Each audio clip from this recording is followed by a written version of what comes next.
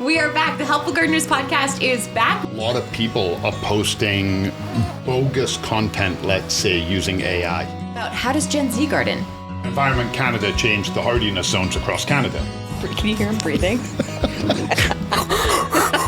Cucamelons. We do? Yeah, I do. In my garden. In my garden. You bought those seeds. I remember. We got a little new member of the podcast. Has he subscribed yet? Hey, y'all. Guess what? We are back. The Helpful Gardeners podcast is back. We took a little hiatus. Yep. We got summertime. We were enjoying some time off, right? Absolutely. Time off from the garden center, and I got a little busy over the summer. Haha. We got a little new member of the podcast. Has he subscribed yet? You know what's crazy is I definitely see young kids with like social media accounts, and it's just wild to me how the times have changed since like I was a kid, since you were a kid. Things are so different. Yeah. Kids have cell phones now. I'm like, and they're getting it younger and younger and younger. oh my gosh! Like I'm like, you know how pets have Instagram accounts? Like you know that one dog Iggy. Have you ever seen that one? I haven't seen Iggy. I follow Ginormous Chicken. I don't know what that It's a super sweet Irish wolfhound who helps other dogs rehabilitate. Chicken? His name's Chicken. And dogs that have been like abused or neglected and they're scared and they don't know how to socialize. Yeah. He comes in because they're like, I don't know what to make of him. And he won't attack, he won't do anything, and he helps them socialize, and his account is Ginormous Chicken. Well, there you go. Subscribe and then subscribe to the Helpful Gardeners podcast over on Instagram, because we're going to get a whole lot more busy over on our social platforms and on the podcast. So if you've missed out on the gardening fun and just us talking about random stuff, then you're about to get your weekly fix back. And this is my son Bennett, who's just starting to talk. What do you think? Can you say hi, Bennett? Hey, buddy. He's just, can you hear him breathing? He's a loud breather. He loves to snore. But he's just starting to do, he's just over 2 months old. And he's starting to coo. So he'll be like, ooh, ooh. Yeah, he's just a little seedling. Yeah, he's an owl. Part-time owl. Ooh, ooh. And then, yeah, there you go. There you go, bud. He's found his hands. And one of his favorite things, and I didn't even plan this, but one of his favorite things is being outside. He loves outside. He loves the trees. Definitely have a summer baby, because he loves to be out in his bassinet and he'll just fall asleep, like cat nap in the sun. And he loves the sound of trees and water. So when I was a baby, my mom had, you know those like old school, they don't have them anymore. They're not as popular anymore. Yeah. But you know, like the old school British prams. Yes. It was like what they like. Yes. It wasn't a stroller, it was a pram. Yep.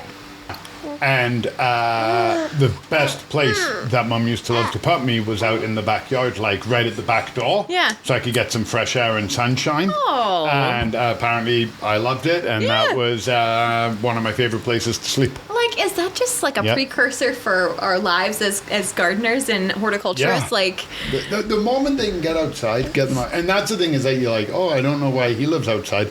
Because you live outside, he loves to be with you. So when you and Brad are outside and relaxing, you're probably happier and relaxing and loving it, and he's picking the vibes. Exactly. Speaking of plants, Bennett got his first houseplant.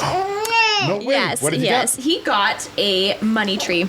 And the reason why, you go into the plant department and you're like, oh my gosh, I don't know why I put so much weight on this decision. But I spent probably like half an hour looking at the plants and being like, I wonder what Bennett's first plant is going to be, right? Like, such a plant nerd. And turns out I was thinking, I got kind of a little bit symbolic with it, because I was thinking, money trees are said to be bringers of good fortune, right? So I thought, well, that's kind of cool sentiment to bring into the house 100%. and to Bennett's life. So yeah, we thought it was cool. We didn't name it Bennett, but we have it in our house, and we'll see. It's just kind of cool. Yeah, because money tree. It's not necessarily money. That's what we call it now, but it's a symbol of prosperity. Yes. Yeah. Right? And that's what a better thing. My mom didn't know that. I didn't realize that wasn't common knowledge, that the money tree, unless you're, of course, in Chinese culture, right? Because it's very popular around Chinese New Year to have the money tree. But when I told her about it, she was just like, oh, I've learned something new today. So I didn't realize. You know, like I was explaining something. So Jenny is loving pressing flowers right now, and she's killing it. It looks so cool. Yeah, I love that. I love picking up hobbies like that. And she's got plans, and she's pressing all kinds of stuff, and she's already got visions of what she wants to create.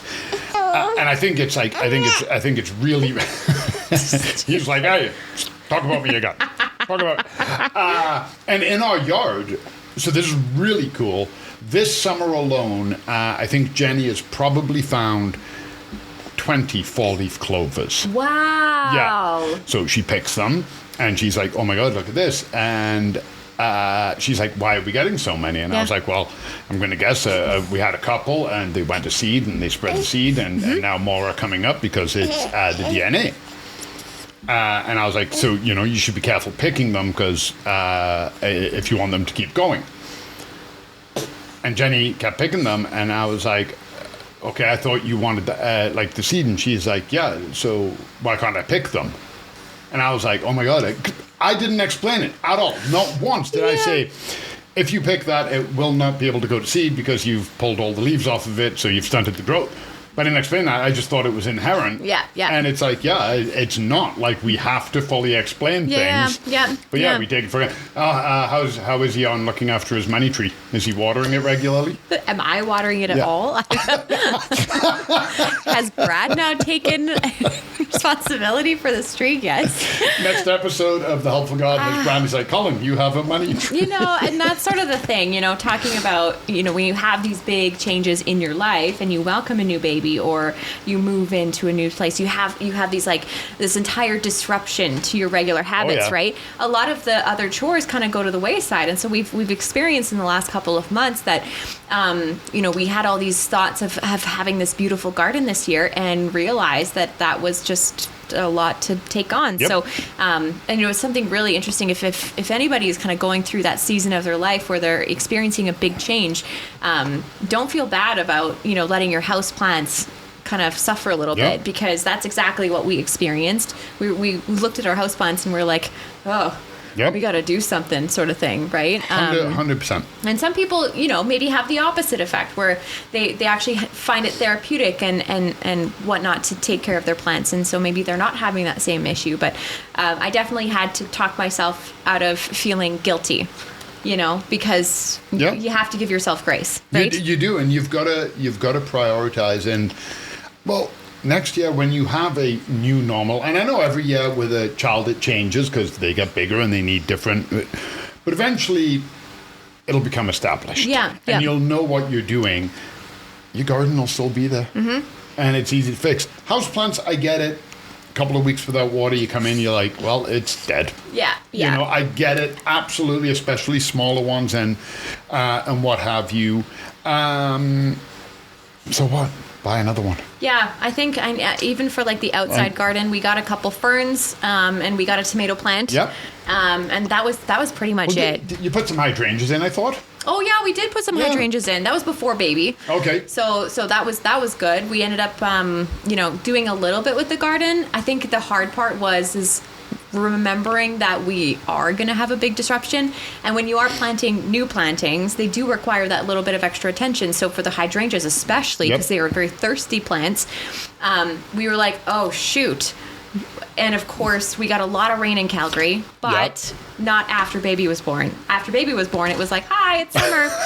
And then we did not get a lot of moisture, so we had to actually put reminders in our phone and in our calendar, hey, remember to go water the hydrangeas and deep water them too, right? Because we want them to be established. So you do the best you can. Yes. You do the best you can, and that's all we can do. And some years the gardens are going to be great, and some years they're not. And, you know, the benefit is, so like you said, you know, just to quickly touch on that, what a miserable July. It was so wet.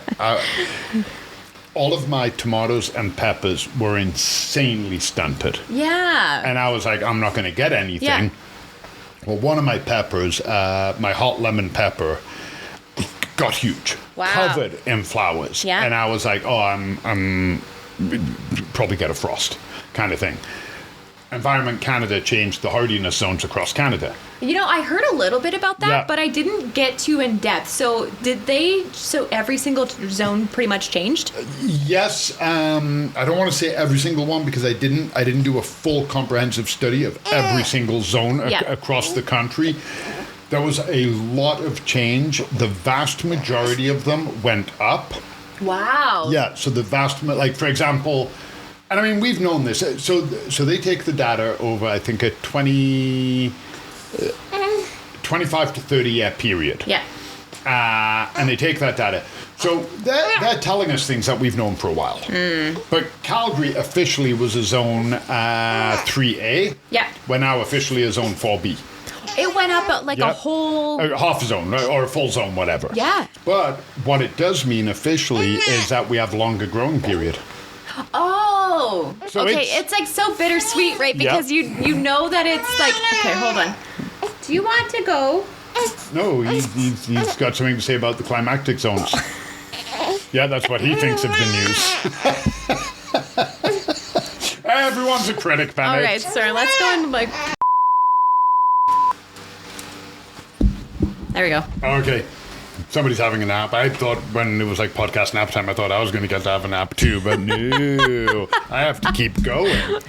But essentially, so not to go over, maybe we can do a podcast on it later, but the two main things that they measure a hardiness zone is the lowest temperature that the area will experience and the number of days of frost. So our low temperatures are still pretty low. Like we're still going to get hit with minus 35s and whatnot, but we're getting fewer days of frost. Yeah. Which means that we have earlier springs and longer autumns. Ooh. So it doesn't mean that we're going to see a massive influx of new roses and new hydrangeas. But what it does mean is we are going to get a much longer growing period. So for fun, I looked at the long-range forecast, which I know doesn't mean too much in Calgary, but all the way through to the first week of October, there is no frost, no snow, nothing predicted. Daytime highs between 18 and 25, and the lowest nighttime low was 5 degrees. Wow. You know what BC got? What? Southern Vancouver Island and lower mainland went up a full zone, which means southern, so Victoria basically. Yeah. Parts of Victoria, they're going to be able to grow birds of paradise as a perennial. Wow. Yeah, technically. So, okay. Yeah, they're a 9A or a 9B. Yeah. You know what's kind of sad about that, though, on the other side of it is thinking about all of those plants that are like 2s and being like, I wonder how that's going to impact them when they need the winter time, you know? Some of them will do just fine, but I mean, I don't feel bad for them at all. Oh my God, you can't grow a spruce. Oh. I love spruce. Spruce are great, but if I had to pick between a spruce, they can grow now, technically, lemon, lime, grapefruit trees in their yards. Wow. Yeah, so would you rather have a spruce or a lemon, lime, grapefruit tree? When we were in Australia, in the backyard of the Airbnb was a lime tree. Yeah, yeah. And we could just go out and pick a lime. Oh, I know. And it's been cool kind of seeing what's been going on in the gardening world. Some of the new studies that are coming out, some of the cool, I was thinking the other day about like how generations garden, like if things are going to change between, Bennett is generation beta now. Oh, is that They've what it is? started Okay. beta now. So, just thinking about how does Gen Z garden? I'm a millennial. How do millennials garden? Yeah. How does it change? So Harry gardened for the first time this year himself. Oh, okay. Killed it. Yeah? Did so good. Hit me up for advice, which I'm glad he did. But he knew a lot to get himself going. Very important to him. He only used organic fertilizer. Didn't use any hard chemical sprays. Did wildflower patches. His wildflower was amazing. Interesting. Amazing. And that was where he was leaning towards. Now, that's a very small study with somebody who does have a number of years gardening, but it was interesting to see. And when you look at the shifts across the generations, it's very interesting to see what is popular and what people are looking for. Yeah, exactly. It'd be kind of cool to dive into more on that. I know before we went away on our big break, we had this great interview with Ecologic Horticulture out of Alberta here. And it was awesome. We talked all about native plants and sort of like what a native plant is and how do we grow it and sort of like some of the implications about native plants. And so we never got a chance to post that episode. So that'll actually be coming out next week. So take a look for that. That's a fantastic conversation. Huge thank you to Calgary. The native plant department, very small department, very new, did amazing for its first year. Did amazing. We had so much interest. Something very close to my heart, something I've wanted to see for a long time. So it was really good to see it gain a foothold. And we're just going to get bigger and better. I already had lunch with Caitlin. And we talked about our plans for next year already. And they want to do some new things. So I love when the creative juices just get flowing, right? When everybody has their own way to help everybody get there. So there's all these moving parts, but the end goal is the same. Yes, exactly. Yep. And I'm assuming like you are feeling a bit more refreshed for the upcoming season of the podcast. You had a whole month off of work. You got a chance to go out and explore a really cool, like almost like what do you call it? It wasn't camping per se. It was you glamped. Yeah, it was. They called it eco glamp. Eco glamping. Yep. So what is that? It was great. Yeah. There's no running water. Everything is cooked on grills, and everything is propane because you're in a boreal forest and they don't want to have wood fires. The only wood fire is the sauna. At night, we'd sit around the fire and roast marshmallows, and we're drinking tea and we're just chatting. And we couldn't see it because it's pitch black. I would say within 30 feet of us there was an owl, and all we could hear was he was doing his Bennett impression. He's going, ooh. And then you could hear the coyotes howl. Oh, you want to hear a cool story? Yes. Okay, nothing to do with gardening. But it's a cool story. So this summer, when I was off, it was like random Tuesday or whatever, and I took Jimmy to Nose Hill. And the sun was behind the clouds, and there were some wildflowers, and it was quite pretty. I was like, I'm going to take a photo. So I stop, and I'm lining it up, and I'm looking at my camera, and I'm like, wide angle, and I'm just kind of framing it. And I hear like a high-pitched yip, yip. And I was like, and I'm picturing like some little Yorkshire Terrier or something, and Jimmy's off-leash, and he's like, we're in the off-leash area. So I turn around, and about 30 feet from where I am, Jimmy is nose to nose with a coyote. And there's another coyote 10 feet behind them sitting down staring. And then the coyote sitting in the back yipped again, and Jimmy just walked back to me, and the other coyote walked back to its partner. Oh. And I was like... So nothing happened? Thank goodness, no but growling, still. Nobody had hackles up, no aggression. Yeah. And only thing I can think of is Jimmy didn't run into their area. Mm-hmm. He was sniffing around, and the coyote was probably like, hey, this is my home. Yeah. And then I think they probably sized each other up, and they were probably both like, ooh, we could really hurt each other. Yes. Cooler heads prevailed. Jimmy left, the coyote left, and we just went back to our walk. Oh my gosh. And I was like... I called Jenny immediately. I'm like instantly on the phone. I'm like, oh my God, you're not going to believe what just happened. I almost died.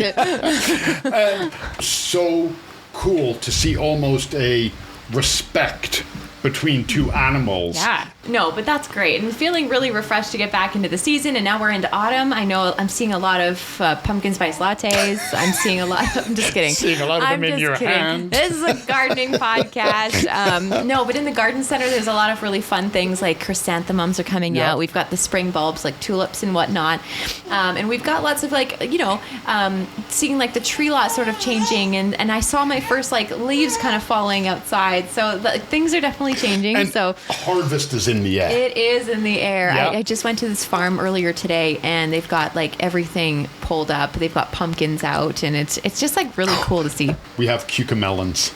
We do? Yeah, I do. In my garden. In my garden. You bought those seeds. I remember. And I have, like, one of them's about that big. Yeah. And it's like a fully formed cucumel, and I am so excited. So you're going to bring one in and we can try it? Yep. Oh, yeah, we should definitely do that. My tomatoes are all coming good. My peppers. Yep. I grew some huge kohlrabis this year. One of my kohlrabis, I gave it to my sister, and she weighed it because she's a nerd. And it weighed like a kilogram. Holy crap. Yeah. Tomatoes and peppers were definitely delayed, and I think it was because we had so much rain and not a whole heck of a lot of sunshine and heat.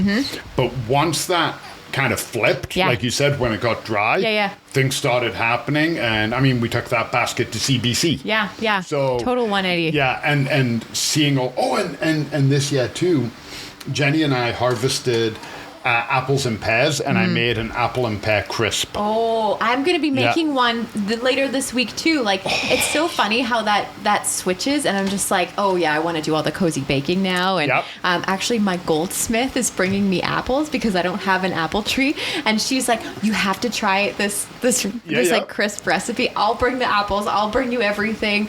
We had her do some work for us, and so it's just so funny. Getting into that mode. Yep. That and mode. My sister harvested. She's part of a community garden. Yeah.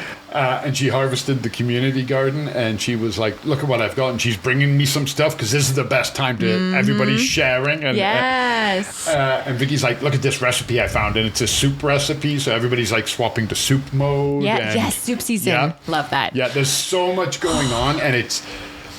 You know, one thing I'd like to discuss at a future point as well, and we actually talked about this in a meeting here with a lot of the other buyers and whatnot, but a lot of people are posting bogus content, let's say, using AI. What? So gardening tips? Not gardening tips, but they're like, check out this plant. So I saw one, I can't remember, I should have saved it or shared it, and I didn't, because I was like, it's clearly AI.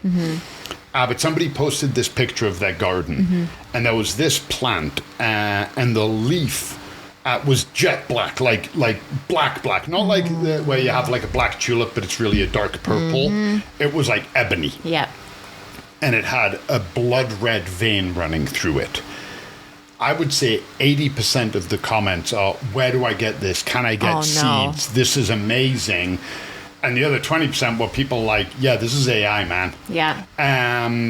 But the point of the fact is, the vast majority of people thought it was real. Yeah. And I was like, oh my God, that is... Because guaranteed, next year, if we haven't already seen it, I haven't had a chance, we should talk to Lucas about that. But definitely next year, I think people are going to be coming in with pictures going, where do I get this? Yeah. Like those bioluminescent pansies. Yep. Have you ever seen them photoshopped? Those are real. Yeah, those are real. Yeah. I know somebody who's seen them. I spoke to them personally about it, and they were saying, yeah, they glow, but they glow. Then they don't light up. Oh.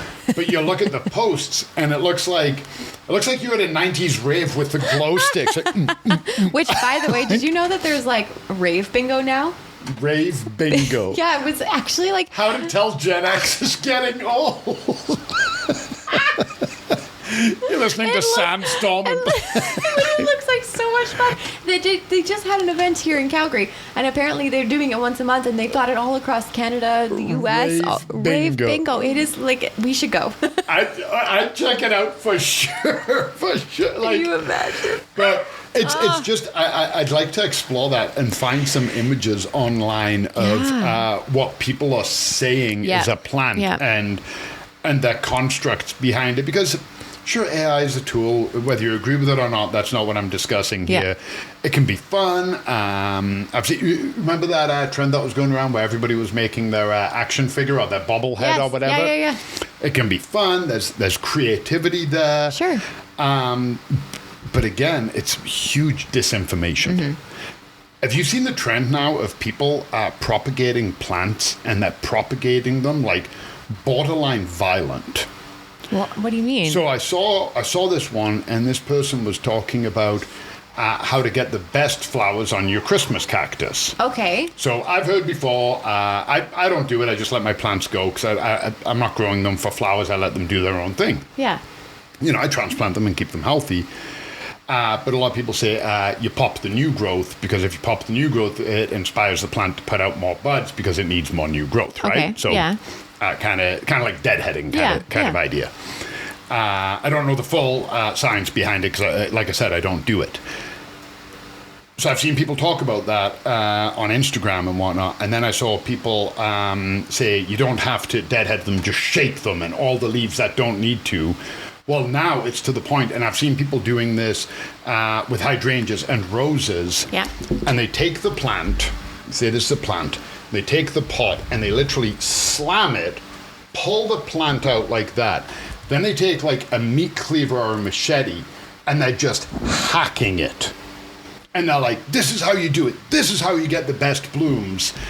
There's a limited amount of information, right? I can tell you how to deadhead your echinacea. Yeah. And there's only so many ways you can go about it, right? Like, do you take the whole stem back? Do you not take the stem back? Do you leave it because you want the birds to get it? Mm-hmm.